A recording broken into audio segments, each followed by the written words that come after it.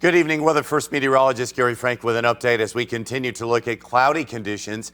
And throughout the day, that's been a big factor for us when it comes to instability for severe weather development. But let's talk about why we still may see a few strong storms, as it still remains.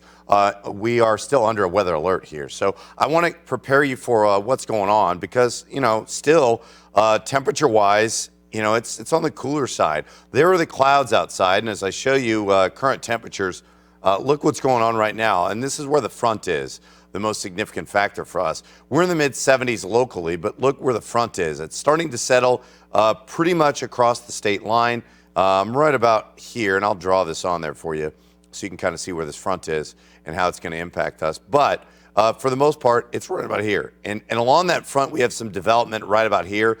So that's where we're going to continue to see more of that development over the next several hours. But what I want to point out is how storms have started to settle in some regard already north of Springfield. And some of them have a stronger component to them. North of Branson, you can see severe weather. That's to the south where they have actually a tornado. That's a confirmed tornado. That stuff's going to stay there. But we are going to see some of these stronger storms that develop to some degree. It'll settle into a line, and that's where I think it's going to push closer to us over the next hour or two and really impact us. You'll see a few showers right now in Rolla, north of Freeburg, north of Jeff City. That's settling in for now. Here's what it may look like over the next hour or two as that line of storms continues to develop, and that's where I think we're going to see the potential for a line of storms that still, it's not out of the question that a stronger storm may develop or some minor rotation, but I think overall our severe weather is diminished because there's not as much instability. Our clouds have stuck around for most of the day. We had rain in the morning,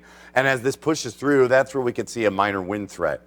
Not out of the question, but not as likely. I think 40 to 50 mile an hour wind, and for the most part, some pretty steady rain, loud thunderstorms, no doubt about it, getting your attention. That's why it's a weather alert. I think we could see some locally heavy rain. This hangs around through 1, 2, or 3 o'clock in the morning and then is out of here. But this evening, it's going to get your attention. Temps in the mid-70s, slight chances that really increase by 9 or 10, as I see again later on tonight. And that's when we'll have an update for you again. But as we head into the evening and overnight hours, rain chances gradually diminish. So expect that severe weather threat. It's diminished considerably, right? We talked about the possibility of widespread severe weather the last few days. How is it going to impact us as this system treks off to the east? Well, the clouds have really done us a nice favor.